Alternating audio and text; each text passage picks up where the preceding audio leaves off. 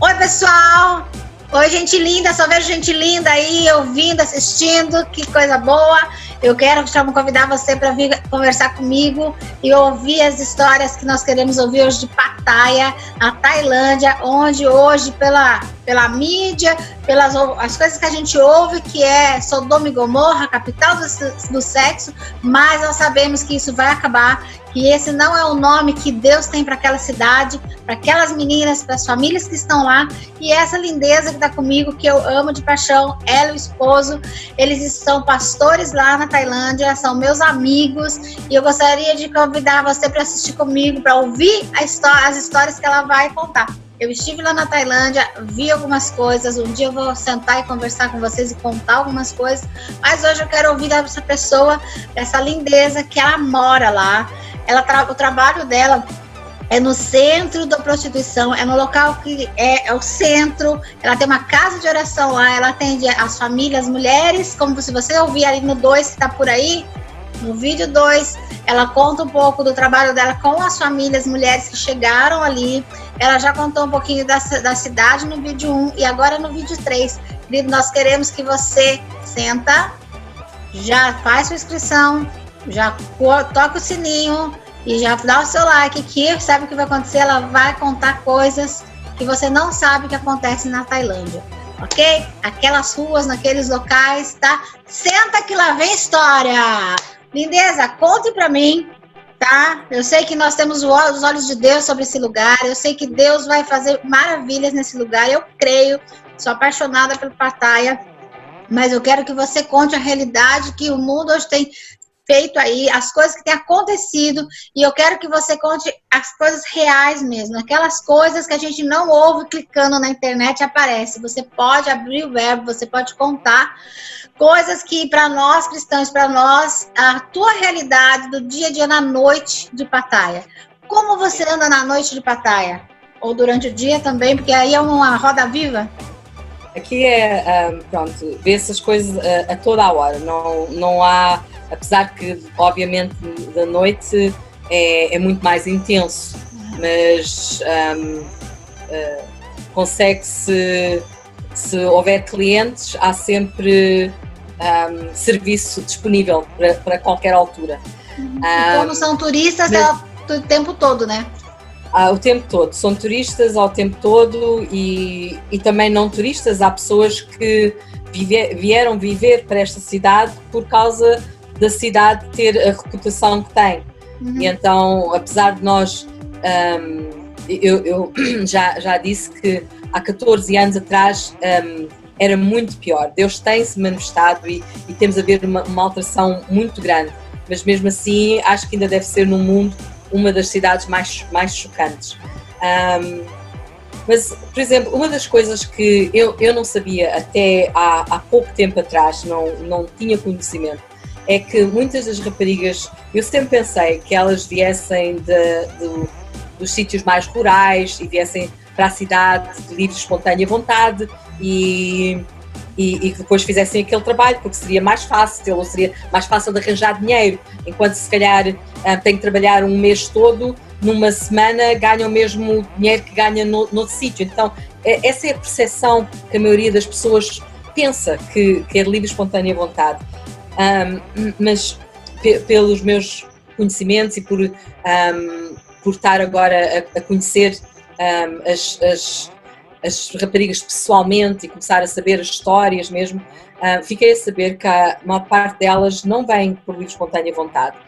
Muitas delas vêm com a promessa que há um trabalho ou num restaurante que vai pagar um certo valor, ou que há um trabalho num hotel, e depois normalmente as famílias recebem uma quantia que é para deixarem ela vir trabalhar.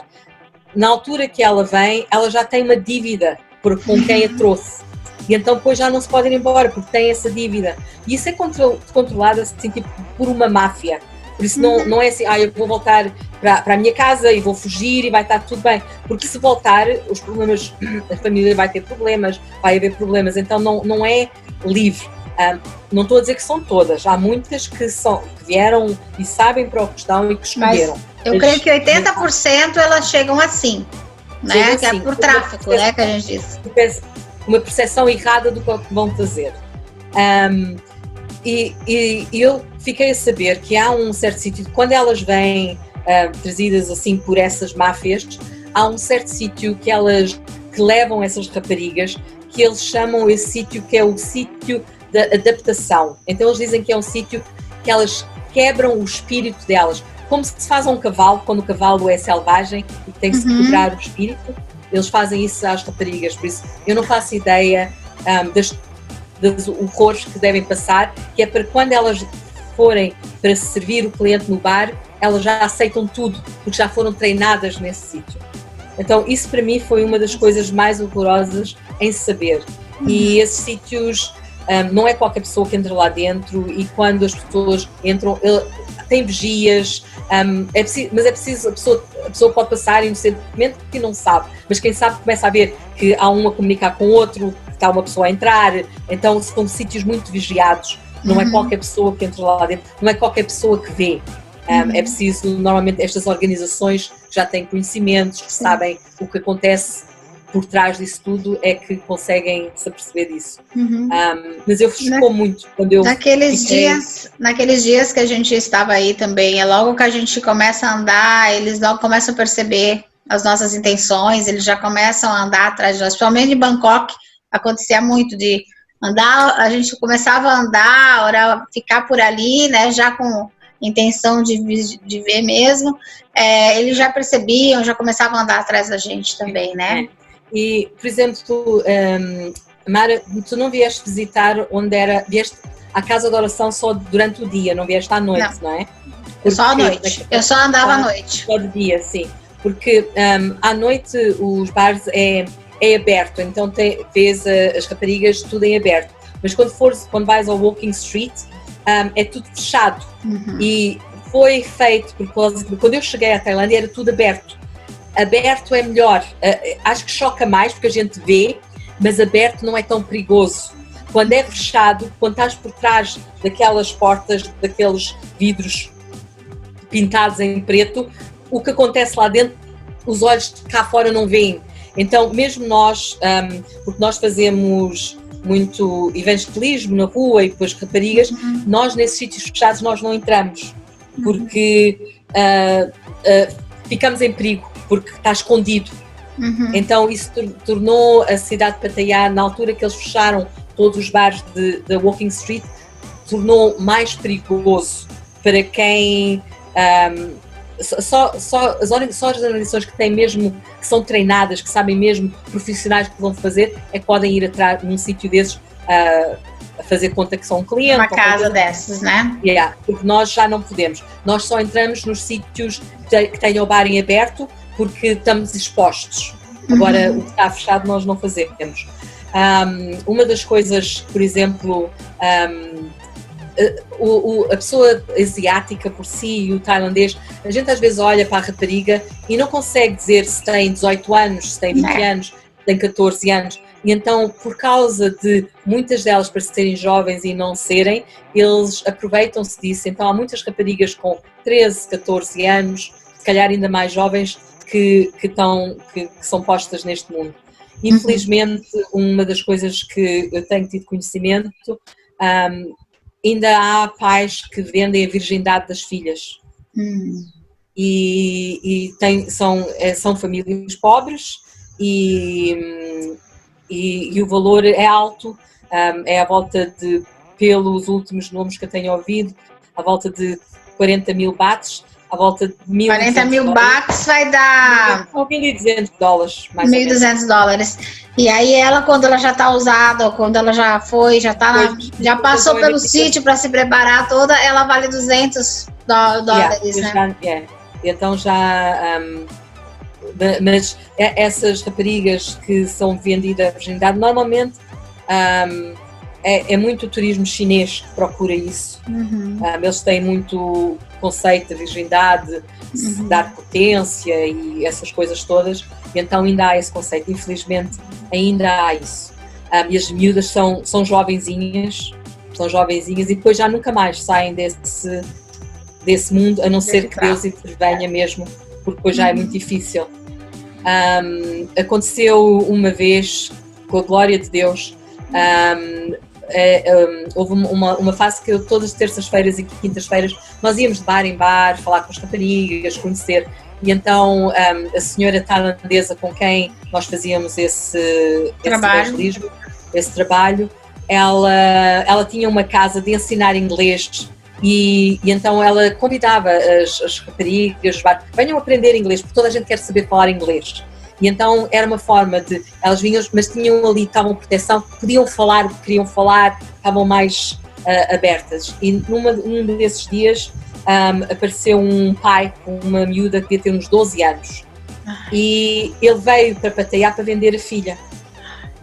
E porque a mãe tinha falecido e ele não tinha forma como sustentar, mas graças a Deus quem ele encontrou foi essa senhora com quem nós trabalhávamos. Uhum. Então essa criança foi salva.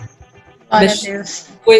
Foi mesmo Deus, porque se ele tivesse batido à porta ao lado, porque ele estava à procura da dona do bar ao lado, mas como estava fechado, ele veio fazer perguntas ali ao lado, olha, vocês conhecem, sabem?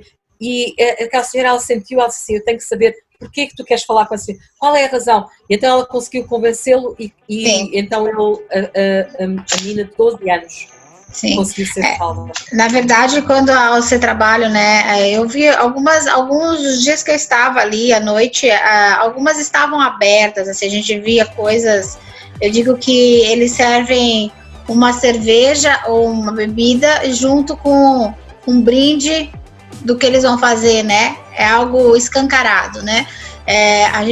Eu vi coisas assim, dessas meninas, como você falou. Eu falo que as brasileiras, portuguesas, ainda elas têm uma postura, um físico diferente delas, mas a gente olha, elas são todas meninas. Pra gente, todas meninas. E essa questão dessa venda, né? Essa venda é muito chocante.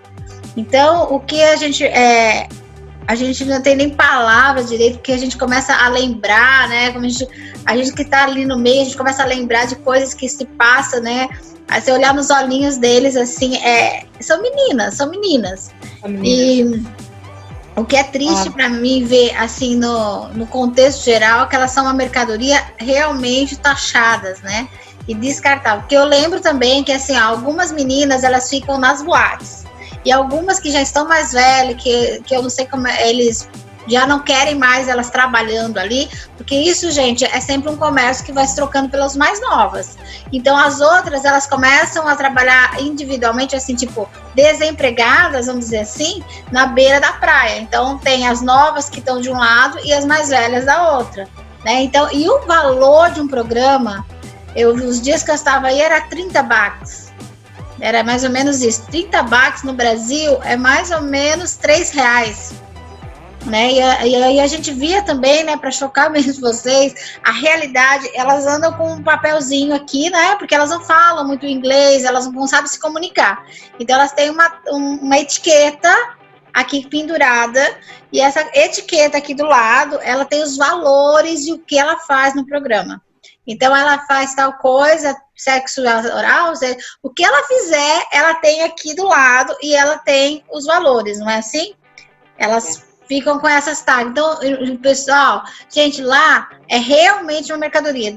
Ela é vendida, ela é carimbada como uma mercadoria. E ela custa, para você comprar uma pessoa dessa, você tem que ter $200 e uma situação. Aí você pode dizer pra gente, mas ela vai ser comprada, eles vão comprar outra e vai ser um círculo. Sim, mas dos anos pra cá, como ela tem dito, eu me lembro que quando eu estive aí, alguns 2 anos atrás, era mais de 6 mil.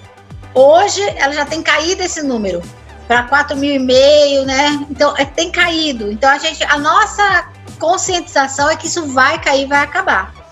Sim. E o que nós tentamos fazer, justamente a parte cristã, o que está a tentar fazer é levar a verdade de Deus para os sítios rurais. E quando há muitas destas raparigas que estão aqui nesta vida e que Deus muda a vida delas, por exemplo, a organização Tamar, que é onde eu tenho a casa de oração, ela dá-lhes uma profissão, ou de cabeleireiro, ou de fazer bolos de pastelaria, ou de coisas de fazer pulseiras, coisas que dê para elas conseguirem fazer a vida delas. Algumas dão curso como abrir um negócio pequeno e dão ajuda. E a iniciativa é que elas voltem ao sítio rural, que é para contarem a verdade, que é para não ouvir esta mentira de que na cidade é a cidade do ouro, na cidade é tudo bom. Elas podem voltar e dizer assim, não, se vocês forem para aquele sítio, é isto que vocês vão encontrar. Não é o príncipe perfeito. Se calhar, em não sei quantas mil, há uma que encontra o príncipe perfeito, mas o resto é ter. E ainda pode ser que não é o perfeito ainda, né? Porque se Jesus não estiver nessa história, Deus vai entrar no casamento, porque... Sim. É um desastre. Uma outra coisa, pessoal, quando a nossa mentalidade, eu digo sempre aqui, é que assim, quando nós pensamos, por exemplo, você teve uma vida regrada, né? Você teve uma vida que o seu fundo do poço não era fundo, o meu poço do fundo não era fundo, nunca nos envolvemos com bebidas, eu creio nisso, nunca fomos as pessoas com drogas, eu nunca me envolvi com droga, nunca me envolvi com prostituição, nunca com nada. E de repente, na nossa mente, né, como cristãos, a gente senta na igreja, a gente tem um padrão até de prostituição, a gente acha que é só aquilo, mas queridos, a prostituição é algo profundo e destruidor. O que acontece também, que você senta, pessoal, senta na cadeira que eu vou te contar uma coisa agora, né, só, lá na Tailândia, há um show chamado Ping Pong. É a depravação humana total de uma pessoa, queridos, eu tô até arrepiada, do que eu vi, do que é esse show. Você não vai achar muito na internet, só na webnet, mas há isso que a gente vê, as meninas, há uma tabela, eles se oferecendo a fazer um show que chama-se Ping Pong. Esse show do Ping Pong, onde as meninas estão dançando numa plataforma, num palco, e de dentro da sua membro, da sua vagina, ela começa a tirar objetos, desde um rato vivo até o que só? Até o que a gente vê lá? Tudo! E isso acontece. Há uma tabela e você vai lá e você paga R$2, R$5 para ver isso acontecer. Nem as pessoas, queridos, que vão para lá, muitas vezes, para bagunça, para cair na gandaia, para cair nessa festa, aguenta o que vê nesses shows. É deprimente. É horrível. Então, queridos, quando você está rejeitando uma menina que saiu da prostituição aqui no Brasil, vou te dizer, muitas vezes ela não viveu ainda o que esse povo lá na Tailândia vive. Muitas vezes elas não passaram ainda pelo que aquele povo passa, não é só... Porque mais você tem... Você vê muito esse show em todos os lugares, né? É degradante. A mulher não tem valor nenhum. E infelizmente aqui em Pattaya, as pessoas que vêm com essa intenção olham para qualquer mulher da mesma forma.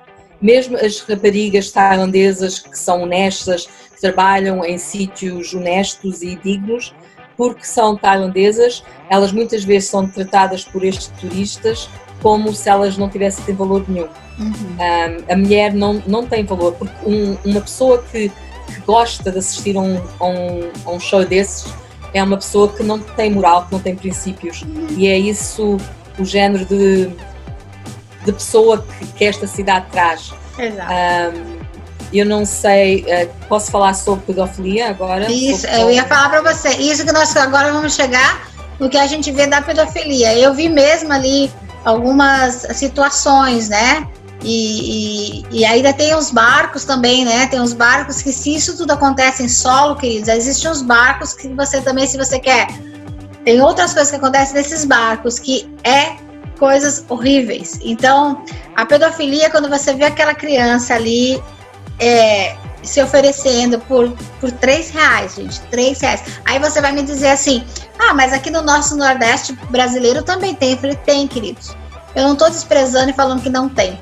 Eu estou contando para você uma realidade lá na Tailândia. E essa realidade, nós precisamos também ver que ela existe. E ela é mais degradante do que a gente imagina. Ok? Sobre a pedofilia, as coisas que você já te impactaram aí. Você sendo mãe... Sendo mãe. Eu, quando eu cheguei, minha filha tinha 11 anos. E quando nós saíamos à rua, tinha que o meu marido ir de um lado e eu ir do outro para proteger a minha filha, porque senão os homens vinham-se e roçavam-se nela. Isto é o que uma família nesta cidade tinha que viver. Hoje já se vê pessoas com famílias, mas na altura, quando nós chegámos, não se via. Era só o homem para o sexo turista, fosse com meninas, fosse com rapazes, mas era isso que se vivia. E então, para nós e para a minha filha foi muito, muito chocante, porque ela tinha 11 anos, era uma menina. Mas uma das situações que mais me marcou, eu não vivi, mas me contaram das pessoas que eu conheço que trabalham nestas organizações anti-pedofilia. Eles estavam a fazer um trabalho que já tinham marcado certas crianças, que sabiam onde estavam, como é que eles iam buscar as crianças, já estava tudo organizado para ir buscar estas crianças, eles estavam todos preparados. E enquanto estavam à espera, eles fingem que não sabem falar o tailandês, que é para o tailandês falar à vontade ao pé deles, eles fingem que são estrangeiros, que só falam outras línguas, então o tailandês está à vontade. Eles estavam à espera para ir resgatar um grupo e eu acho que naquele dia eram 4 ou 5 crianças que eles tinham preparado para ir resgatar. E enquanto estavam à espera cá fora, um dos homens estava a tomar uma bebida para dar todo o quadro. Sim, todo um quadro para o cliente. Pessoal, é assim, a gente monta um quadro como se é tudo como se fosse um agente, né? É tudo uma fachada. É uma fachada, como se estivesse ali também a fazer turismo. E então ele viu uma criança que ele disse que não tinha mais de 8 anos e estava com uma senhora ao pé de uma motocicleta. E o homem disse: não chores, para de chorar. E a criança chorava. E a mulher olhou para ela e disse assim: para de chorar, que só a primeira vez é que dói. Nossa. E este homem que estava ali a ver para ir resgatar as outras crianças, ele não pôde fazer nada, porque se ele fosse fazer alguma coisa, ele denunciava-se e toda a operação de resgate que eles tinham trabalhado durante meses ia por água abaixo. Eles não fazem ideia do que aconteceu àquela menina que naquela altura precisava de ajuda e não estava lá ninguém para ajudá-la. Eu estava por aí nesses dias assim e é chocante, você tem que escolher, né? A gente tem que escolher porque há todo um quadro, pessoal, há todo um cenário. Quando você é um cenário que vai se preparando, há locais ali que são preparados para as pessoas pensarem que somos iguais a eles, somos pessoas que vão lá, nós queremos comprar também para prostituição ou para uso próprio. Então há todo um esquema. E quando você tem que comprar, escolher. Comprar, a gente compra, a gente não está sabendo. Mas quando você tem que escolher uma vida, é pra gente chorar mesmo, né? A gente chorava porque é muito ruim. Você tem que decidir quem vale aquele de R$200. E como ela disse, se escolhesse aquela criança, além de desmoronar as outras compras, também ia desmoronar todo o quadro, tudo que já havia sido preparado para continuar, porque isso é para continuar, né? A visão que eles têm é que isso sempre vai acontecendo. É muito chocante, é difícil pra gente. A gente andava nos... Como é que chama aqueles carros, Sol? Songtel. Songtel. Songtel, né? Então eles entram assim, quando a gente ia, né, de carro, né, nesses carros que é tipo um tuk-tuk, só com mais pessoas. E a gente sentava, a gente ia indo, e entrava as crianças, entrava as meninas que estavam indo para fazer os programas, e aquilo no meu coração, queridos, ela sentando do meu lado ali, aquelas crianças, eu ficava olhando no caminho, tipo, não posso fazer nada. Eu sei que muitas perguntas que vêm depois, assim, mas por que a gente não pode ir lá comprar e trazer para o Brasil? Não, a gente não pode, porque a gente não quer aquela mercadoria também. Nós queremos uma restauração. Queridos, nós não compramos crianças para nossa mercadoria, porque no Brasil, adota essas crianças para o meu bem. Não, nós compramos para uma restituição emocional, social e espiritual. Esse é o intuito.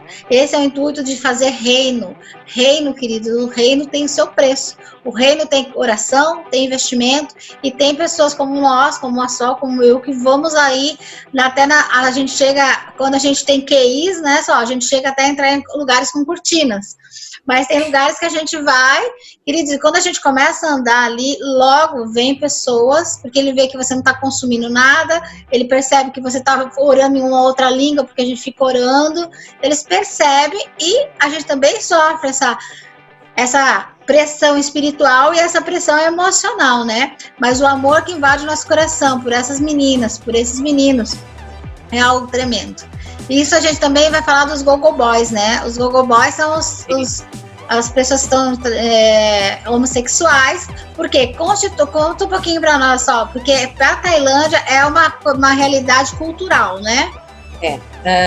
Aqui eles chamam Lady Boys. E o Lady Boy aqui é aceito como se fosse um terceiro sexo. Ao masculino, ao feminino e ao Lady Boy. É totalmente aceito na cultura deles. E são muitos, né, Sol? É muito, gente. A gente não sabe quem é quem não é. Eu quando cheguei à Tailândia eu não conhecia diferenciar entre uma mulher e o Lady Boy. Uma parte das vezes, só quando eles falam, é que a voz, que muitas vezes ainda é um bocadinho mais grossa, e também vê-se assim, agora que eu conheço, normalmente são muito mais altos, quando é uma rapariga alta, é logo de desconfiar. As mãos e os pés normalmente são maiores, mas alguns deles, o corpo, o feitio do corpo, jeitozinho, bonito, bem tratado, muitos deles é quase impossível ver que é um homem. A Tailândia é o país com o maior número de cirurgia transexual. Sim. Ela é liberada por causa da cultura, né? É liberado e não são discriminados entre eles, não são assim discriminados entre eles, mas, por exemplo, esse também eu conheci, eu até conheço vários e tenho, por acaso, no meu grupo da igreja, tenho um Ladyboy que participa da igreja e eu sei a vida dele e glória a Deus que tem uma vida de pureza, mas eu às vezes a gente pergunta assim, como é que um homem se transforma assim, como é que aceita ser assim?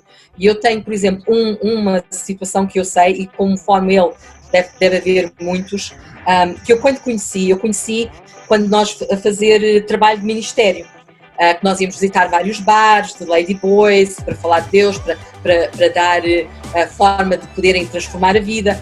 E ao caminho para lá um dia havia uma rapariga, assim, ela era muito atraente, um cabelo comprido, até passava à cintura, assim, uma rapariga mesmo atraente. E eu já conhecia há vários meses, se calhar mais ou menos há um ano.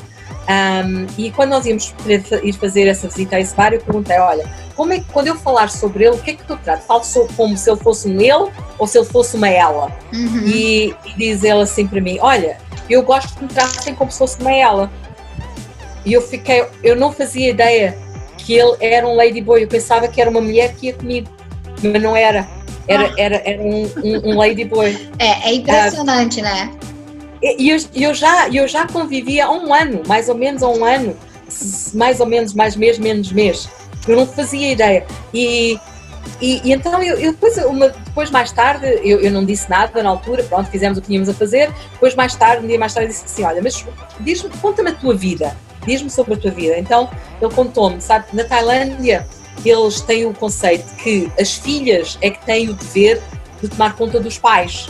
E é por causa desse dever que muitas delas vêm para a cidade para ganhar o dinheiro, para mandar o dinheiro para a família viver bem. Os filhos não têm dever nenhum, os filhos fazem a vida deles e muitas vezes as filhas têm que ganhar até para os irmãos terem dinheiro suficiente para comprar o que querem.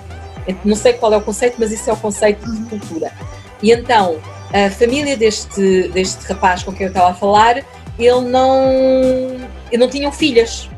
Então, quando ele nasceu, a mãe decidiu que ele ia ser uma menina. Então, desde bebê, vestiu como menina, pôs-lhe totós na cabeça, tratou sempre como menina, vestia de vestido. E só ele já estava na escola, que um dia, já não sei se tinha 6, se tinha 7 anos, que foi à casa de banho com as meninas da escola e é que viu que era diferente das outras meninas. porque pensava que sempre pensou que era uma menina. E isto foi um conceito de família que sempre passou.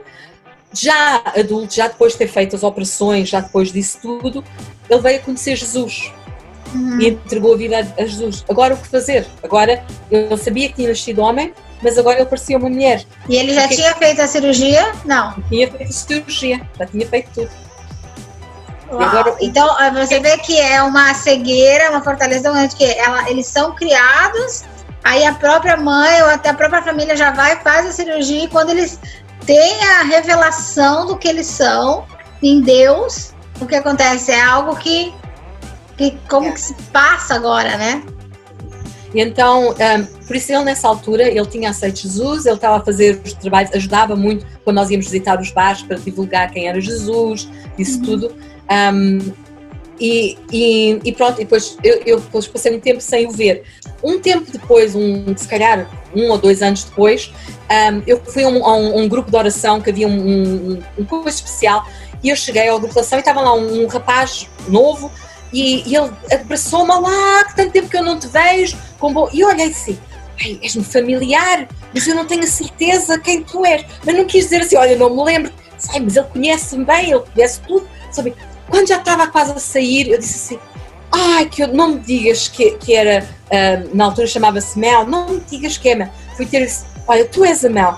Sou, olha. Então ele disse-me: olha, Deus, graças a Deus, quando eu aceitei Jesus, as pessoas com quem eu trabalhar, eles não disseram: olha, tu agora tens que mudar de roupa, tu agora tens que fazer isto. Não, eles deixaram que o Espírito Santo trabalhasse comigo.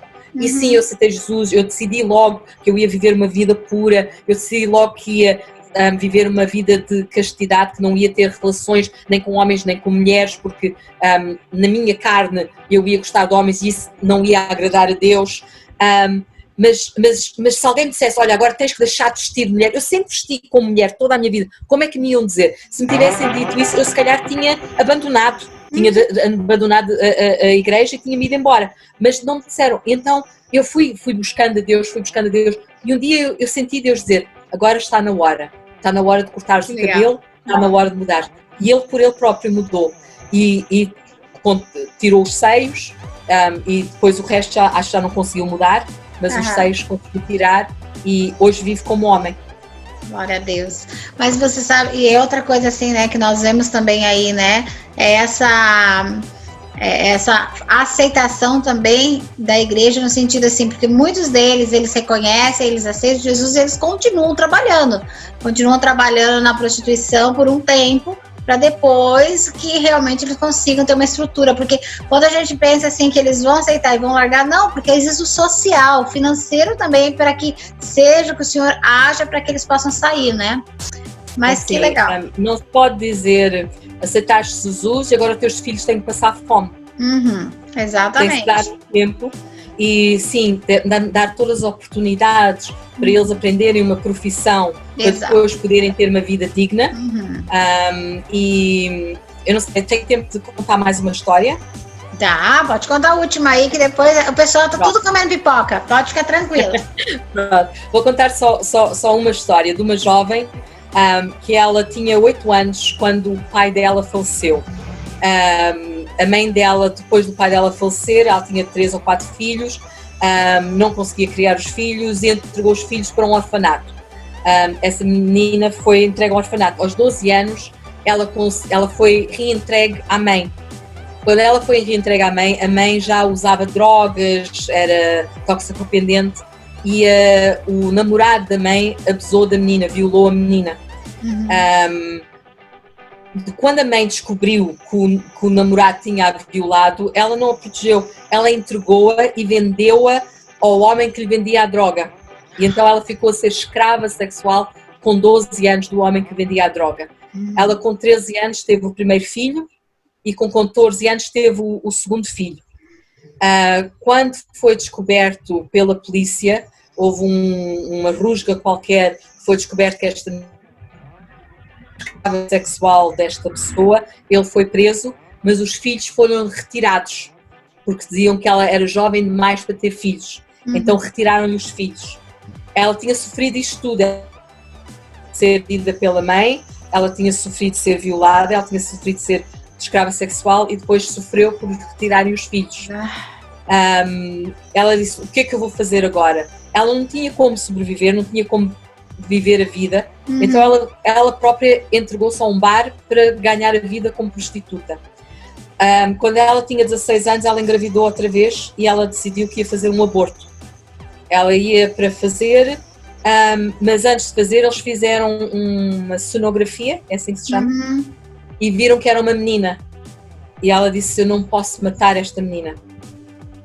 Entretanto, as senhoras com quem eu trabalho no Time Center começaram a visitar aquele bar e começaram a dizer, não precisas de vender a tua filha, nós podemos te ajudar, nós te ajudamos a sair desta vida, Deus tem outro plano para ti, e tu podes criar a tua filha, tu podes ter uma vida normal, nós ensinamos-te. E então ela teve uma conversa com Deus, ela disse, Deus, se tu és verdadeiro, eu quero ver os meus filhos novamente, se tu me mostrares os meus filhos, eu entrego-te a minha vida. E eu não sei, agora eu não me lembro dos pormenores de como os filhos vieram. Ela esse Natal, ela passou o Natal com os 3 filhos, com a bebê, a menina, e com os 2 filhos. Aleluia. Ela é cabeleireira e ela vive com os 3 filhos dela e ela vive uma vida digna e uma vida jovem, porque Deus interviu. Glória a Deus. Neste mundo louco, neste mundo de sofrimento, Deus consegue transformar vidas. É só preciso haver pessoas que se disponibilizem a acreditar nelas conforme Deus acredita. E nós acreditamos, não é? Eu acredito, você acredita. E nós cremos que nós testemunharemos muitos milagres. Querida, eu te agradeço todo o teu tempo, agradeço essa disposição, agradeço que o Senhor colocou esse amor sobre a sua vida, do seu esposo, para cuidar dessas meninas, para estar cuidando das famílias, das esposas, toda essa estrutura. Que o Senhor abençoamos o teu ministério, o ministério do teu esposo, aí também como pastores, que vocês sejam frutíferos aí, e que a paz do Senhor e toda a bênção de graça esteja sobre a vida de vocês. Muito obrigado. Passando a pandemia, estarei por aí, em nome de Jesus. Amém. Um beijo. Amém. Obrigada, beijo, obrigada.